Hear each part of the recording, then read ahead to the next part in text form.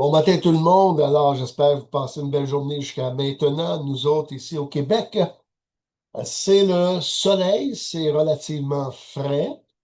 On nous annonce une température de saison. Alors, ce qui veut dire autour de 23-24. Mais l'important, c'est pas de savoir qu'est-ce qu'il fait ici, hein? Malgré qu'en Europe, on sait que c'est chaud. Pardon. Et excuse, ce matin, j'ai quelques petits problèmes pulmonaires qui fait que si je tousse beaucoup, je m'en excuse. Et Seigneur, touche nos âmes et nos cœurs ce matin par la continuité de cette étude sur le Notre Père, qu'on puisse réaliser ta bonté, ta bénédiction, ta proximité, ta grâce et ta miséricorde au travers de cet enseignement. Amen. J'aimerais nous rappeler ceci. Je vais ouvrir mon document à l'instant. Et j'aimerais nous rappeler ceci. La semaine dernière, c'était l'introduction. Et je fais une remise en situation pour continuer l'enseignement. N'oublions pas que dans l'Évangile de Luc, chapitre 11, pardon, ça concerne notre Père qui commence par Père et non pas notre Père. Et la raison principale, c'est que l'évangéliste Luc va écrire sous l'inspiration de Saint-Esprit son évangile pour les nations grecques, des non-juifs, particulièrement des Grecs. Marc, ça sera pour les Romains. Mais le Notre Père apparaît seulement que dans deux évangiles, dans Matthieu. Et dans Matthieu, c'est notre Père qui est aux cieux. Mais c'est ça, c'est dans Luc qu'un des disciples de Jésus lui demande, apprends à nous prier comme Jean-Baptiste nous a montré à prier. Parce qu'à l'époque, quand quelqu'un devenait important et le chef d'un groupe euh, qui était de pratique religieuse, ben, les étudiants apprenaient à prier à partir de cet homme-là. Donc, Paul a sûrement appris à prier avec Gamaliel parce qu'il étudiait au pied de Gamaliel. C'était la façon de faire. Et là, ils veulent apprendre, en fin de compte, la façon que Jésus priait. D'autant plus que dans Luc, Jésus priait avec eux.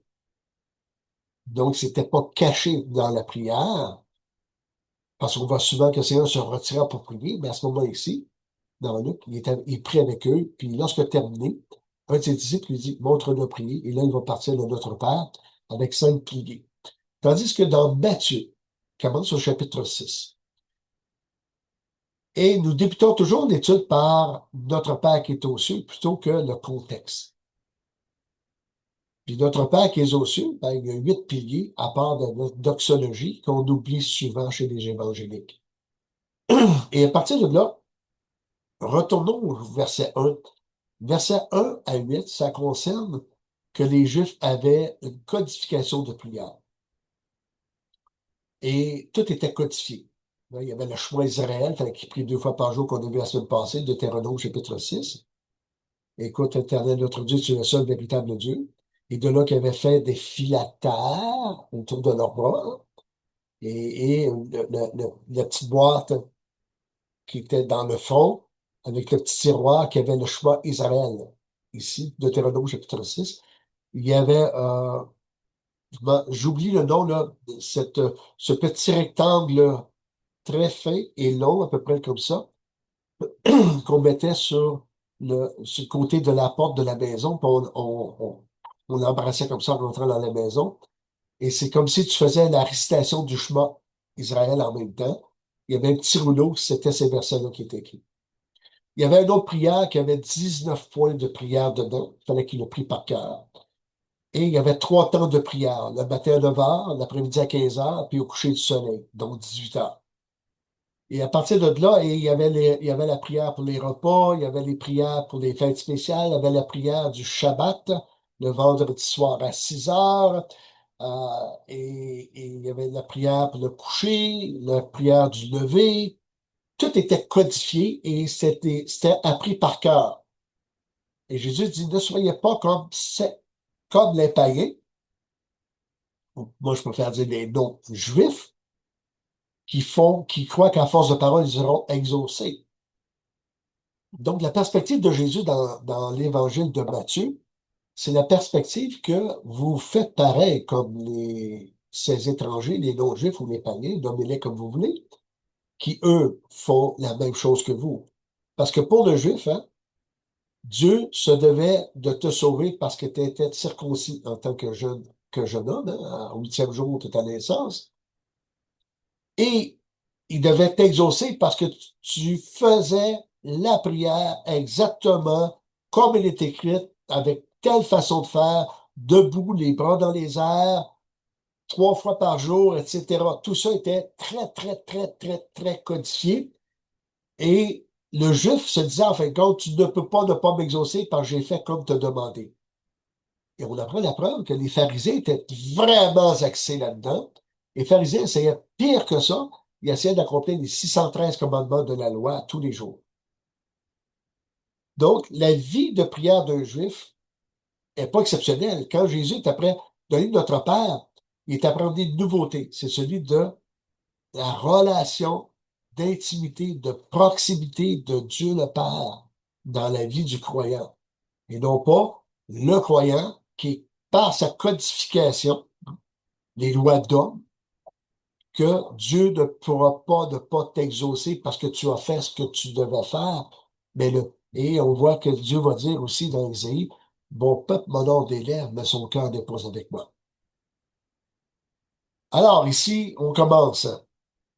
Nous allons voir aujourd'hui, dans la deuxième leçon, deux choses.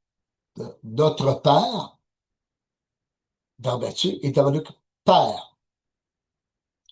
Alors, dans Matthieu chapitre 6, verset 9, voici donc comment vous devez prier. Donc, ça sous-entend le questionnement qui a été fait quand même dans Luc, montre-nous à prier. Dans Luc, ça nous dit, un de ses disciples à Jésus a demandé, montre-nous à prier comme Jean-Baptiste l'a fait. Et plusieurs commentateurs bibliques, ainsi que moi-même, lorsque j'ai lu la première fois, je ne l'avais pas perçu, mais la deuxième fois quand j'ai lu, mais je me souvenais qu'André avait été disciple de Jean-Baptiste. Donc, plusieurs commentateurs croient que ce serait André qui aurait fait la demande. Notre Père qui est aux cieux. Tandis que dans Luc, chapitre 11, verset 4, Jésus priait un jour en certain lieu. Lorsqu'il eut achevé, un de ses disciples, vous voyez, il était avec ses disciples ce jour-là quand il priait. Un de ses disciples lui dit, Seigneur, enseigne-nous à prier comme Jean l'a enseigné à ses disciples. Il leur dit, quand vous priez, dites, Père, que ton nom soit sanctifié. Je fais remarquer tout de suite d'emblée que dans Matthieu 6, verset 9, il dit Notre Père qui es aux cieux, tandis que dans Luc, c'est immédiatement que ton nom soit sanctifié. C'est pas Père qui est aux cieux. Alors, et c'est pas une omission dans le sens une contradiction. Mais rappelons-nous que je vais continuer pour vous en convaincre qu'est-ce que je veux faire, qu'est-ce que je veux dire. Donc, pas convaincre dans le sens que je dois vous convaincre. Mais ici, non, dans Matthieu maintenant. Matthieu, il s'adresse à des Juifs. Nous savons que la première version de la lettre de Matthieu aurait été en araméen. La langue du temple est l'hébreu, la langue du peuple est l'araméen. C'est pas un dialecte, c'est une langue qui est issue de l'hébreu, que les Juifs parlent au temps de Jésus. Jésus parlait couramment l'araméen et couramment l'hébreu, bien sûr. Mais l'hébreu était gardé pour la liturgie, pour des choses religieuses. Tandis que dans le commun de la journée, c'était l'araméen. Mais l'évangile, il sait ça. Hein? Matthieu, il s'adresse à des Juifs, étant juif lui-même, un ancien collecteur d'impôts. Alors, Matthieu, ben, il s'adresse prioritairement à une communauté d'origine juive. Son style d'écriture est donc profondément marqué par le code de la tradition hébraïque. Il ne peut pas l'éviter. Hein? Où le cérémonial et la solennité ouvrent le chemin de la prière.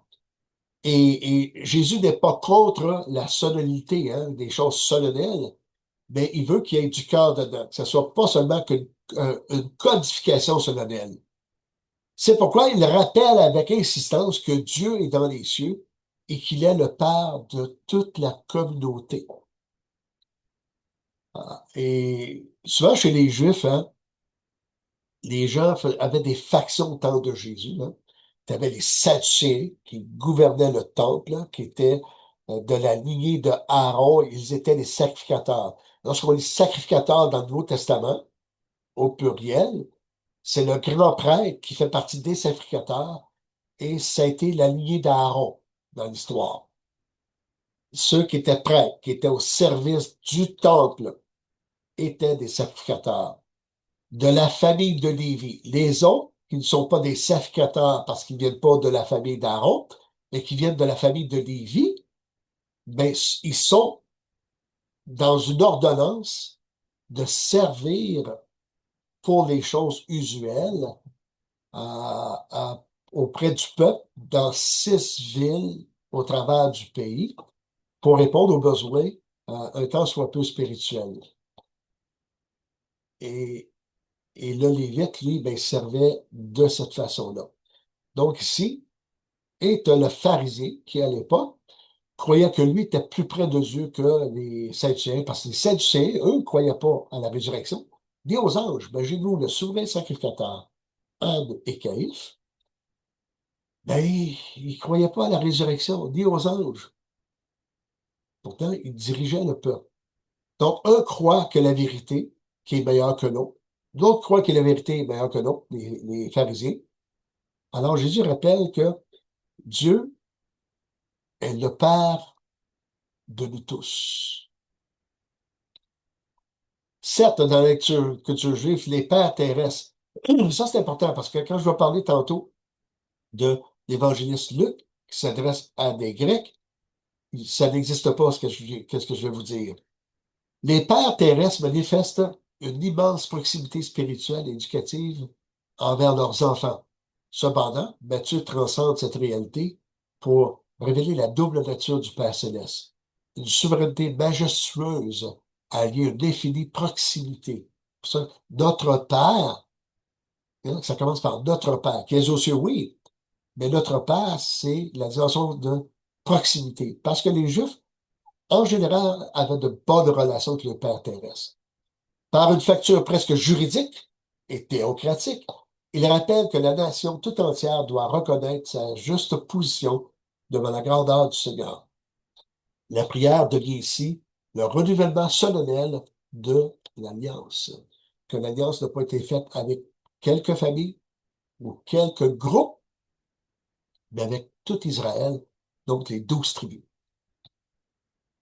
L'approche de Luc, lui, c'est une intimité qui amène la rupture euh, avec les non-juifs. Je vous explique. À l'inverse, Luc destine son évangile aux nations païennes fortement influencées par la culture grecque. Dans ce monde hellénistique, hein, hellénistique, ça veut dire le mot grec, de culture grecque, les pères terrestres n'adoptent pas la même attitude spirituelle envers leurs enfants. La relation y est souvent marquée par une quête de dépassement, une rivalité compétitive qui engendre une forme d'éloignement. Donc, un bon fils doit dépasser son père et dans tout ça, ben, il y a une compétition. Donc, la relation avec un père chez les Grecs n'est pas du tout semblable à celle que les Juifs ont avec leurs enfants. Connaissant ce contexte, Luc choisit de déconstruire cette vision humaine et mythologique. Parce que Dieu grec, c'est la mythologie grecque. Alors qu'aucun dieu de l'Olympe ne désire de proximité sincère avec le mortel, considérés comme des êtres inférieurs, Luc présente un Dieu qui brise toutes les distances, en dépouillant la prière de ses titres solennels pour ne garder que le cri intime de Père. Parce qu'eux, il n'y a pas de relation avec les dieux. Les Grecs servent les dieux, parce que le Juif est en relation avec Dieu. Donc, d'autre part, appelle cette relation, tandis qu'ici, Luc, inspiré du Saint-Esprit, va écrire de quoi? Qui va déconstruire la pensée non-juive, de la pensée grecque, de la relation de proximité et de paternité. C'est pour ça qu'il commence par père. Il offre aux mentalités grecques une révélation bouleversante. La prière chrétienne n'est pas un rapport de force ou de compétition, mais l'accueil d'une tendresse divine qui guérit les blessures de la filiation terrestre. Donc, la proximité perdue, retrouvée par la prière de notre Père, autant dans Luc et Matthieu, le Saint-Esprit révèle aux évangélistes Matthieu et Luc encore que Dieu le Père veut être en relation de proximité et non pas en relation de force avec son peuple ou ses enfants. Ce qui m'amène ici à montrer quelques images magnifiques de proximité physique de Dieu, de protection au travers des épreuves de la vie. Deutéronome, chapitre 1, verset 31. Puis au désert où tu as vu que l'Éternel, ton Dieu, t'a porté comme un homme porte son fils pendant tout le chemin que vous avez fait.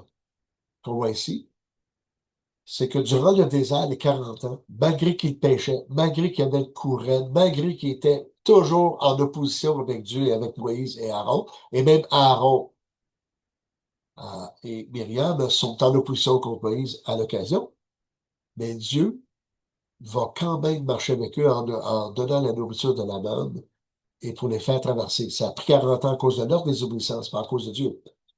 Et on voit que malgré que le châtiment était passé 40 ans dans le désert, la génération qui a vu les grands miracles qui se passaient par les plaines d'Égypte, à cause de leur incrédulité pour rentrer dans la terre promise, eux, ils vont payer le prix de leur vie dans le désert.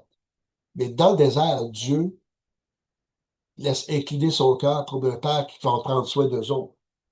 Parce que son but, c'est de faire advenir la terre promise qu'il avait donnée à Abraham, Isaac et Jacob. Une tendresse immédiate d'un père sensible à la fragilité de ses enfants. Psaume 103, verset 13. Comme un père a compassion de ses enfants, l'Éternel a compassion de ceux qui le craignent. Il n'y a rien expliqué ici, hein? Jésus utilise une comparaison directe avec les pères terrestres. Hein? Et dans Matthieu, il va dire, chapitre 7, verset 11, dans le Sermon sur la montagne d'ailleurs, si donc, méchants comme vous l'êtes, vous savez donner de bonnes choses à vos enfants, à combien plus forte raison votre Père qui est dans les cieux donnera-t-il de bonnes choses à ceux qui le lui demandent? On voit aussi que l'esprit d'adoption brise la peur de la culture grecque. Hein? Dans Romains chapitre 8, verset 15. Ici, c'est des Romains.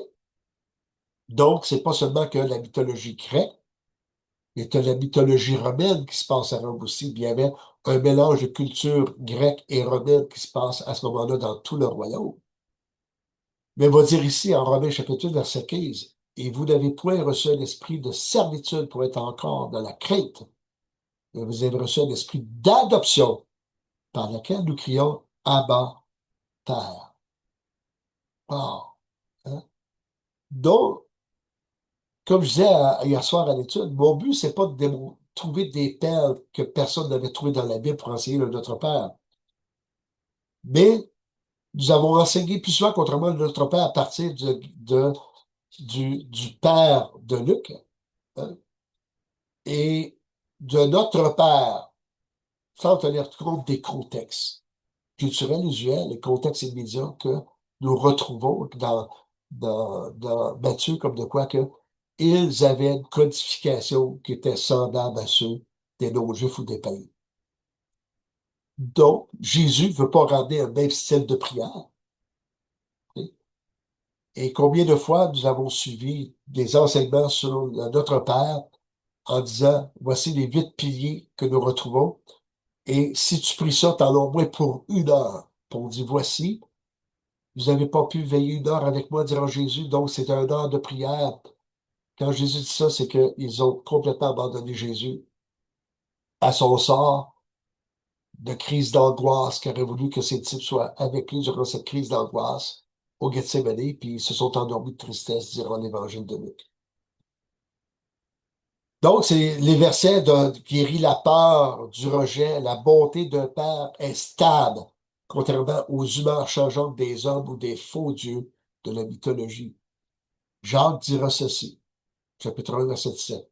Tout don parfait et toute grâce excellente descend d'en haut du Père des Lumières, chez lequel il n'y a ni changement, ni ombre de variation.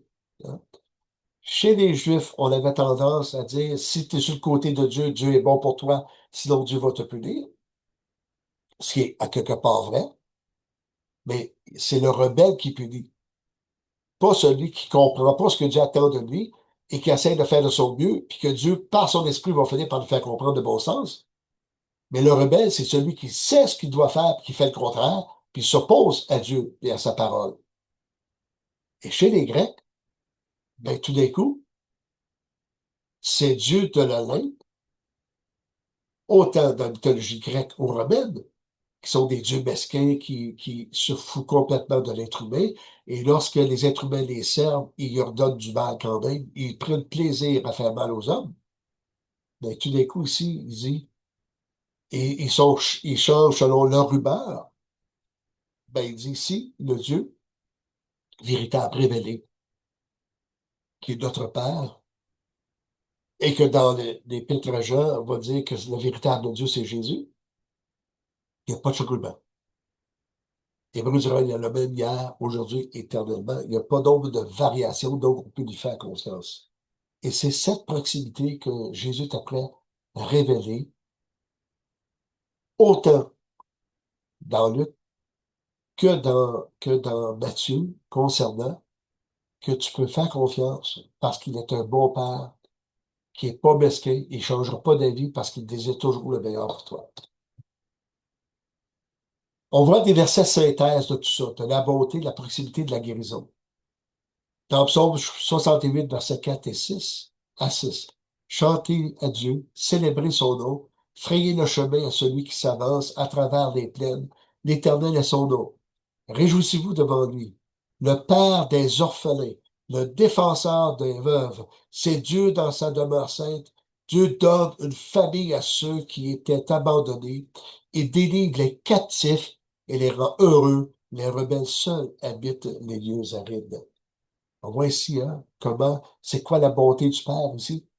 Hein, le Père orphelin qui défend les veuves,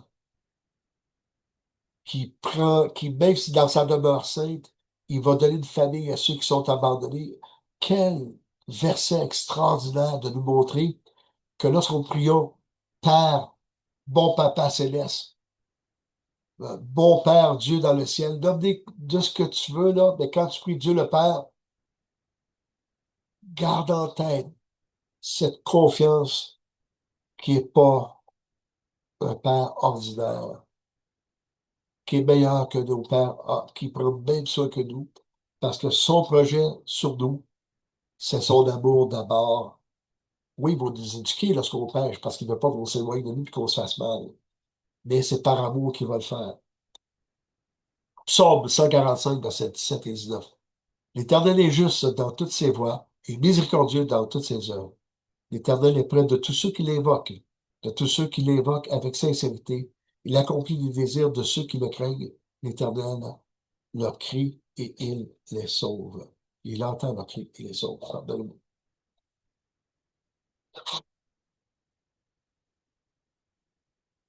Alors, que ton nom soit sanctifié. Dans Matthieu 6, verset 9, ça t'appelle notre Père qui est aussi, que ton nom soit sanctifié. Et dans Luc, ça paraît que ton nom soit sanctifié. Ton nom soit sanctifié, en général, on va essayer dans les églises, ça veut dire mettre, sanctifier quelque chose, c'est mettre à part. Mais Dieu n'a pas besoin qu'on le mette à part pour ce qu'il est. Il est déjà très saint. Mais mettre Dieu à part, de le sanctifier de cette façon, que ton nom soit sanctifié, ça veut dire que non seulement tu portes le nom de Père, mais tu portes le nom de la révélation Yahvé. Et ce nom de la révélation vient d'Exode, chapitre 3, verset 14, où pour la première fois, Dieu se révèle sur son nom, je suis. Et le je suis dans ce sens-là, c'est la proximité de l'engagement. Je suis avec toi. Je suis dans l'accompagnement. Je suis pour toi. Je suis pas contre toi. Mais ce nom est Yahvé. Et quand on dit sanctifier le nom, ça veut dire, en même temps, ne jamais recevoir des accusations envers Dieu en nommant son nom. Ok? D'ailleurs, les Juifs ont été très forts parce qu'ils n'ont jamais nommé le nom Yahvé et ils prononçaient Adonai. Et plus tard, dans la tradition européenne, ils vont l'appeler Hachem. Donc, nous voyons ici que ton nom soit sanctifié. Dans Jean 17, verset 26, Jésus dira ceci dans la prière sacerdotale, je leur ai fait connaître ton nom et je leur ferai connaître afin que l'amour dont tu m'as aimé soit en eux et que je sois en eux. Voyez ici, le nom, il fait allusion au nom je suis ici. Le nom de la révélation que Moïse a reçu. Je leur ai fait connaître ton nom et l'amour qui vient de toi. Et je suis, c'est aussi le verbe être dans une forme qui n'existe pas ailleurs. C'est la permanence de Dieu dans son nom, dans sa présence, dans sa personnalité, encore qu'il n'y a pas d'autre de changement et de variation. 1 Pierre, chapitre 3, verset 15. Mais sanctifiez dans vos cœurs Christ le Seigneur, étant toujours prêt à vous défendre avec douceur et respect devant quiconque vous demande la raison de l'espérance qui est en vous. Donc, sanctifier le nom de Dieu, c'est pas de faire il a YHWH quelque chose dans mon cœur, puis que quand je prie, je vois ça. Mais c'est de reconnaître celui que l'on sert, qu'on appelle amicalement, amoureusement, notre Père. On doit reconnaître qu'il y a un nom. Et ce nom est au-dessus de tout nom. Il n'y a pas d'autre nom par lequel on était sauvé. Parmi des actes faits à Jésus, puis on parle de Trinité à quelque part. Mais ce qui est important ici, c'est de saisir que de sanctifier le nom de Dieu, c'est une attitude de cœur que, je disais hier soir, si quelqu'un vient chez moi, pour commencer à parler en mal de mon épouse, ben, je vais le mettre à la porte. Et cette attitude, je l'ai dans le sens que si j'ai la personne, si tu n'es pas capable de me donner trois choses que ma femme, mon épouse fait de bien, ben, je veux pas savoir ce que tu as à dire contre elle. Parce que nous faisons tous des erreurs. On a tendance à viser sur les erreurs pour condamner les gens. Et c'est ce que je fais avec tout frère et sœur. Quand un frère vient me voir pour parler en mal de l'autre frère, je lui dis, donne-moi trois belles choses qu'il a fait dans ta vie, qu'il fait dans l'Église, que tu as remarqué, puis après, je vais écouter ta doléance. Et quand les gens commencent à penser bien, ils disent, ouais, c'est vrai, j'ai peut-être mal compris mon frère, dans le fond. Alors, nous reconnaissons sa valeur absolue, hein? Ésaïe 8, verset 13, c'est l'Éternel des armées que vous devez sanctifier, c'est lui que vous devez craindre et redouter. Ici, ce qui est important, on peut voir craindre et redouter ici comme un Dieu vengeur, mais c'est pas ça l'affaire. Craindre, c'est le saint respect.